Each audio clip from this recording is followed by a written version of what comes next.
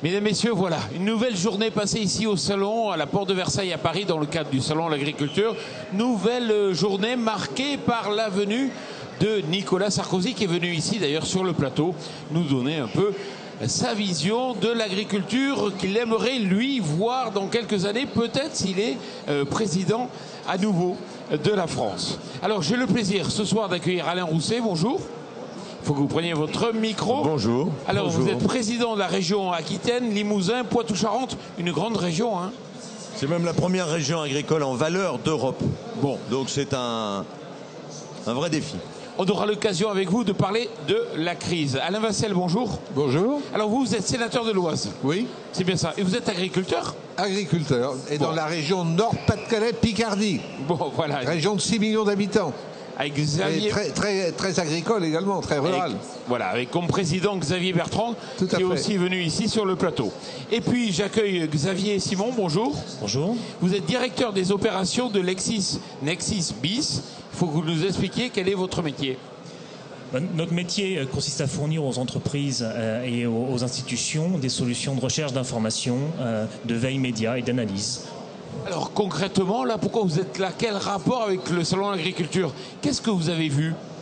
Écoutez, de la même manière que nous nous intéressons aux événements de nos clients, des lancements de produits, on s'est penché sur la visibilité du salon et dans la presse, sur les réseaux sociaux.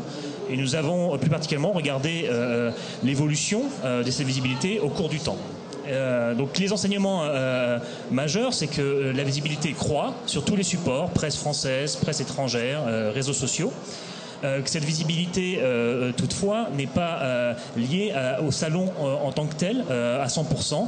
La moitié des mentions de presse, notamment depuis 20 ans, concernent les politiques et leur visite du salon. Ça veut dire qu'il y a une vraie croissance de l'impact des visites des politiques sur les articles de presse?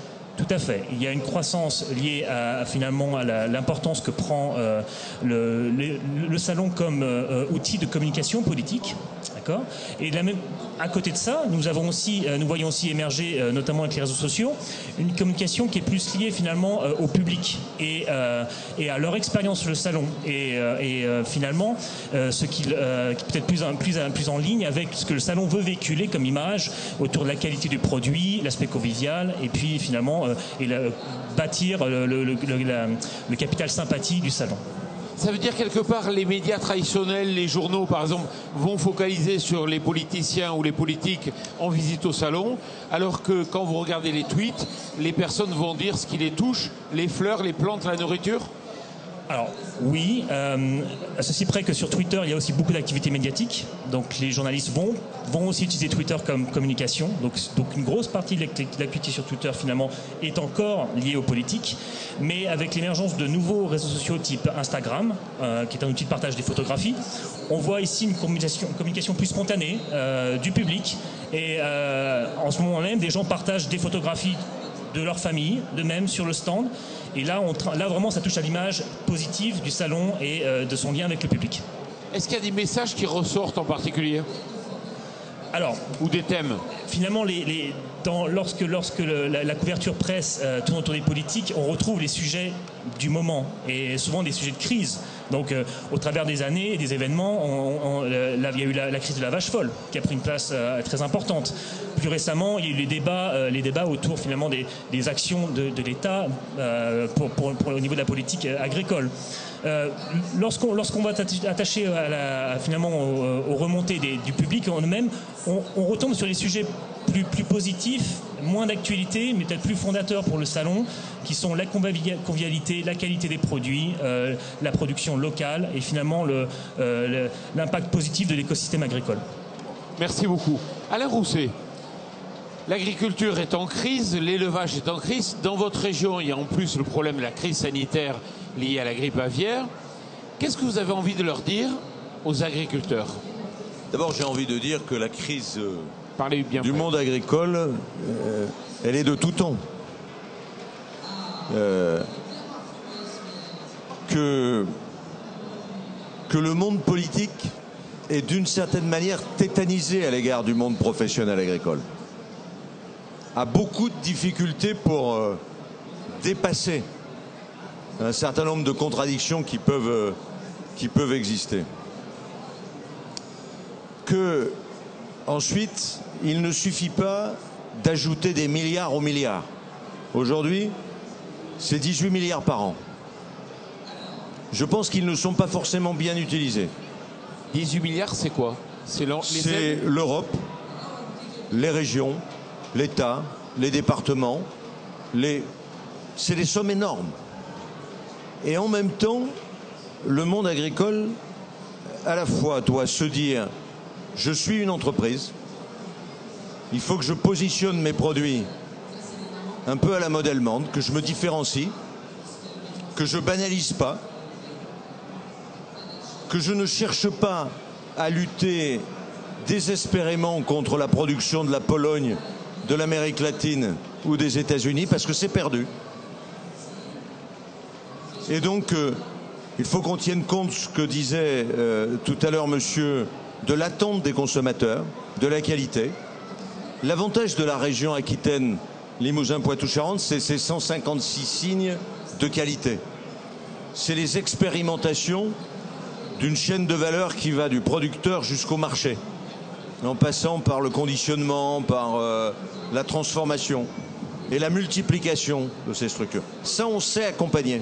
C'est la recherche, c'est la formation, c'est les jeunes qui s'installent, c'est le hors-cadre familial, c'est aujourd'hui les objets connectés entre les satellites et les agriculteurs pour savoir où l'on traite.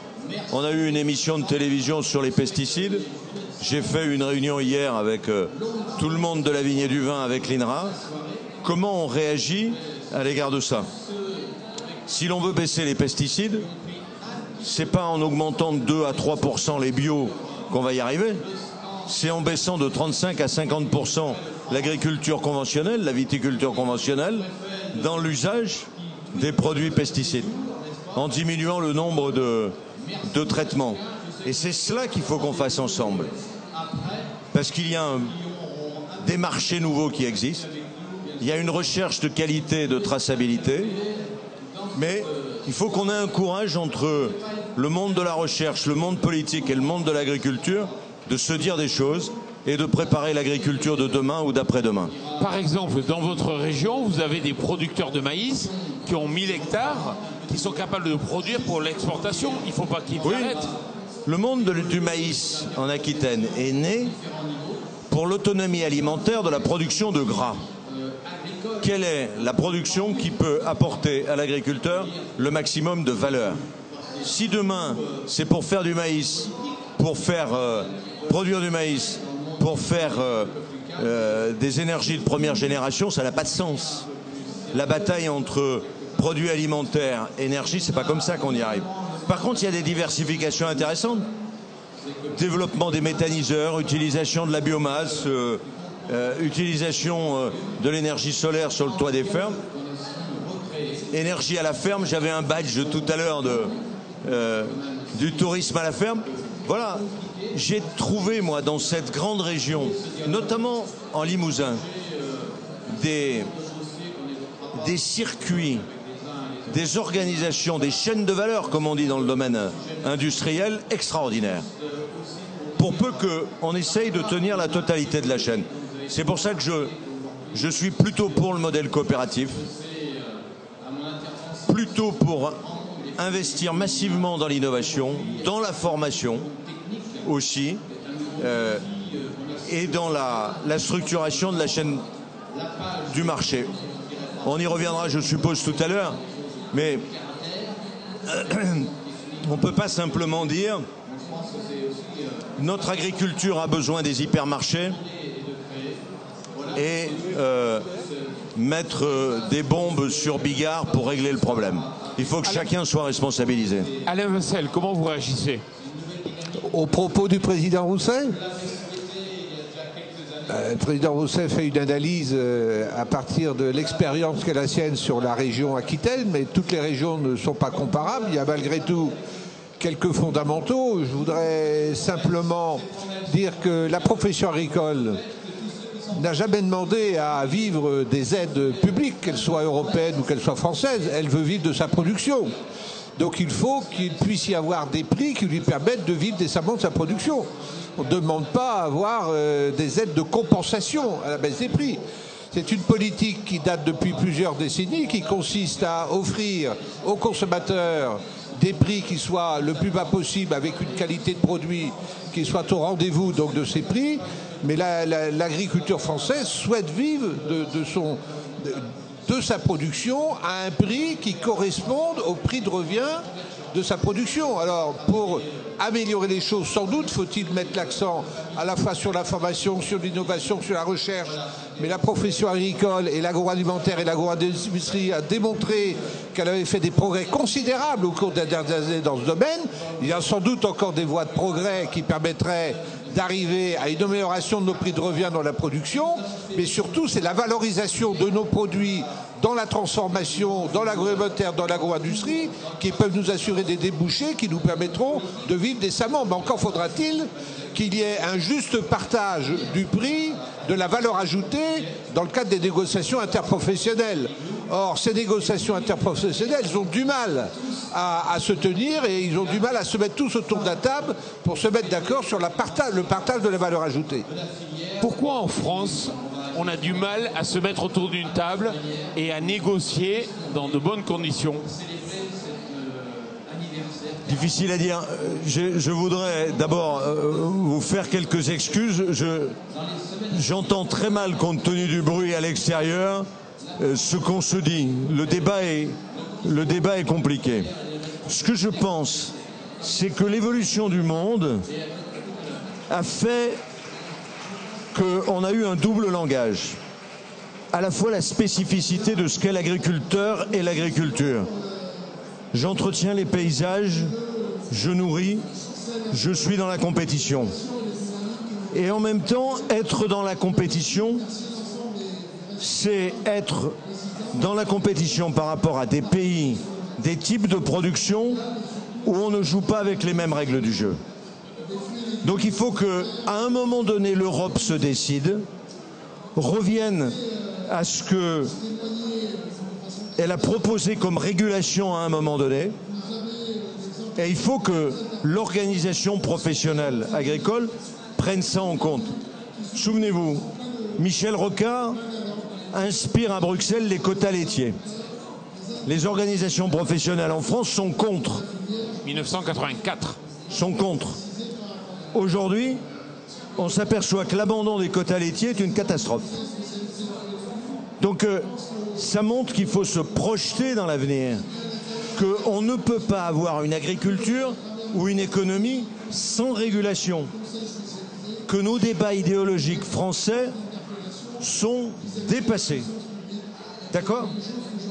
Si l'on veut... je rappelle un autre débat plus récurrent. Les circuits courts, ça sert à rien. C'est pas autour de ça qu'il faut travailler. Moi, dans ma région, j'ai 2 millions de repas au niveau des lycées. Et on s'aperçoit que si je mets 60% de la fourniture de ces repas sur les agriculteurs de la grande région, c'est au-delà de l'épaisseur du trait. Ça devient intéressant que les agriculteurs du Lot-et-Garonne ont créé des magasins de ferme dans l'agglomération bordelaise qui, avec 15% de produits, font 50% de leur marge. Alors certes, c'est 20, 30, 100, etc. Mais il faut qu'on raisonne en termes de différenciation et de qualité et d'innovation. Sinon, soumis à la compétition de l'Amérique latine, on va se faire planter. Soumis au Corn Belt américain, on va se faire planter. J'ai rencontré pendant la campagne électorale des régionales des éleveurs du Limousin, de la Creuse, heureux, mais qui avaient monté un système d'autonomie alimentaire, de surface suffisante, de nombre de reproducteurs, de mères, etc., qui avaient trouvé des marchés, le veau de Saint-Étienne, la génisse de Lyon, ou l'inverse, je ne sais plus. Voilà, enfin, l'agriculture, la ferme est une entreprise. Il faut qu'elle soit accompagnée par les professionnels et il faut qu'on se mette à un autre niveau. Et aujourd'hui, je pense que dans toutes les crises que l'on a, et j'ai été j'ai été choqué par les manifestations de samedi à l'égard du président de la République. Parce que c'est lui qui nous a gagné la PAC. C'est François Hollande himself qui a gagné la PAC. Personne d'autre. Qu'on vienne ici alors qu'il y a beaucoup de crédits de la PAC, j'ai été choqué par ça. Et je le dis avec la liberté politique que tout le monde me connaît. Hein? Un avis que vous ne partagez pas, je suppose. Et pourquoi pas? Je suppose. Alors, moi, ce que je note, c'est que la France est très affaiblie au niveau européen dans les négociations qui sont conduites. Et on verra d'ailleurs ce qu'il en sera au moment de la négociation qui est en cours dans le cadre du traité transatlantique entre l'Europe et les États-Unis. Et nous verrons si effectivement la France aura pu réussir à parler d'une voix forte de telle manière à ce que l'économie agricole ne devienne pas la variable d'ajustement des négociations qui seront menées au niveau international au regard de toutes les autres productions industrielles. Et on voit bien qu'à ce niveau, il n'est pas du tout certain que la France puisse trouver autour d'elle, parmi les pays européens, des atouts et des accords suffisants pour pouvoir peser dans les négociations. Moi, ce sur quoi je voudrais revenir, c'est que une politique agricole qui consiste à apporter des compensations financières aux agriculteurs pour tenir compte du fait que les prix ne sont pas au rendez-vous pour qu'ils vivent de leur production, c'est une fuite en avant sur la réalité des problèmes auxquels il faut se confronter.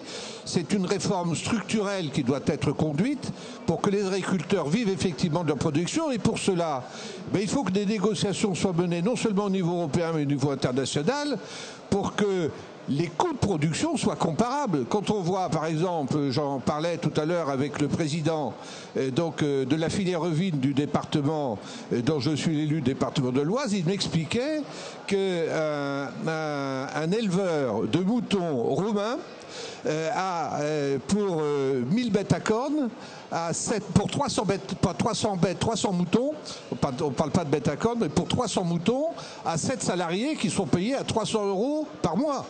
Alors comment voulez-vous que l'éleveur de moutons français puisse lutter face à l'éleveur de moutons roumain qui pourtant appartient à la communauté européenne dans des conditions de production, des conditions sociales, des conditions fiscales qui sont complètement différentes. Donc on voit bien que l'Europe n'a pas su régler les problèmes structurels de l'économie agricole. Pardon, mon cher collègue, on ne peut pas raisonner comme ça. On ne peut pas être compétitif pour un prix horaire avec les Roumains ou avec les Coréens. Si on raisonne comme ça, on se plante, par définition. C'est comme si on veut produire une voiture à bas coût avec de la main-d'œuvre française, sauf à payer la main-d'œuvre française, comme le Vietnam ou comme les Roumains. Ce n'est pas raisonnable de penser comme ça. Par contre, moi je vais vous parler des éleveurs ovins de la Haute-Vienne, de la Vienne ou des Deux-Sèvres, qui ont créé des marques, l'agneau du Haut-Poitou, l'agneau limousin, etc., qui ont positionné avec des AOP, des IGP, eh ben, ils ont multiplié leur prix par 3 ou 4 et ils se sont sortis de la crise. Si l'on veut positionner l'agriculture française comme il faut positionner l'industrie française, il faut la différencier. Parce que sinon, ça signifie qu'on va faire un modèle d'agriculture française uniquement là où on va pouvoir mettre des conditions de mécanisation sans main-d'œuvre, où là on va pouvoir être concurrentiel pour le maïs ou pour les céréales, et on va laisser tout le reste de l'agriculture tomber. Quand je regarde, moi, l'évolution des productions de la grande région, parce que Poitou-Charentes et le Limousin n'existaient pas dans l'Aquitaine. Mais je sors de réunions avec les ovins, avec les caprins, avec les bovins. Je peux vous dire que les marques de qualité, même les élevages porcins, sortent avec des prix qui sont de 1 à 4 par rapport au reste d'autres productions spécialisées, qualité, maîtrise du circuit de la valeur et du circuit de la production. Il faut savoir ce que l'on veut en France. Oui, mais enfin, je suis d'accord, on va avoir quelques niches qui vont permettre à une partie de la profession de s'en sortir, mais le label de la totalité de notre production, est-ce qu'il est pensable que l'on puisse le généraliser sur l'ensemble du territoire national? Et je pense qu'une des solutions, une des réponses qui pourrait être apportée notamment aux éleveurs, c'est l'étiquetage. C'est une demande très forte de l'ensemble de la profession. Effectivement, ceux qui auront réussi à obtenir un label pour la production ovine ou la production bovine et qui pourront le valoriser et vendre, comme vous le dites, à 2 ou 3 fois au-dessus du prix du marché tel qu'il est connu aujourd'hui, ça sera certainement une voie de sortie pour ceux qui sont en difficulté, et notamment pour les éleveurs qui ont un nombre de têtes qui est plus faible que celui qui va faire ça à grande échelle de plusieurs milliers d'animaux. Une des réponses, c'est l'étiquetage. Il faut qu'on réussisse à obtenir avec le gouvernement que l'étiquetage devienne une contrainte qui s'impose à l'ensemble de nos grandes surfaces, à l'ensemble de nos commerçants. Je partage tous ces compléments, mais encore une fois, mon questionnement, c'est est-ce que la France, aujourd'hui, de par son modèle de paysage, son modèle agricole, qui est essentiel parce que le nombre d'agriculteurs, toute la transformation, contrairement à ce qu'on pense, c'est le premier secteur économique français. Et il faut en être fier. Mais est-ce qu'on peut lutter avec des productions de Roumanie, de Bulgarie, d'Ukraine, d'Amérique latine? Non. Si on veut lutter contre ces productions, c'est comme si on veut lutter sur les produits à bas coût, dans le domaine industriel. Donc c'est là qu'il faut changer notre modèle économique. Messieurs, nous sommes déjà arrivés au terme de cette émission. Voilà, je vous remercie d'être venus ici au Salon de l'Agriculture débattre sur cette crise agricole qui embête vraiment fortement les producteurs de vos régions, mais aussi au niveau national. Merci beaucoup. Merci à vous.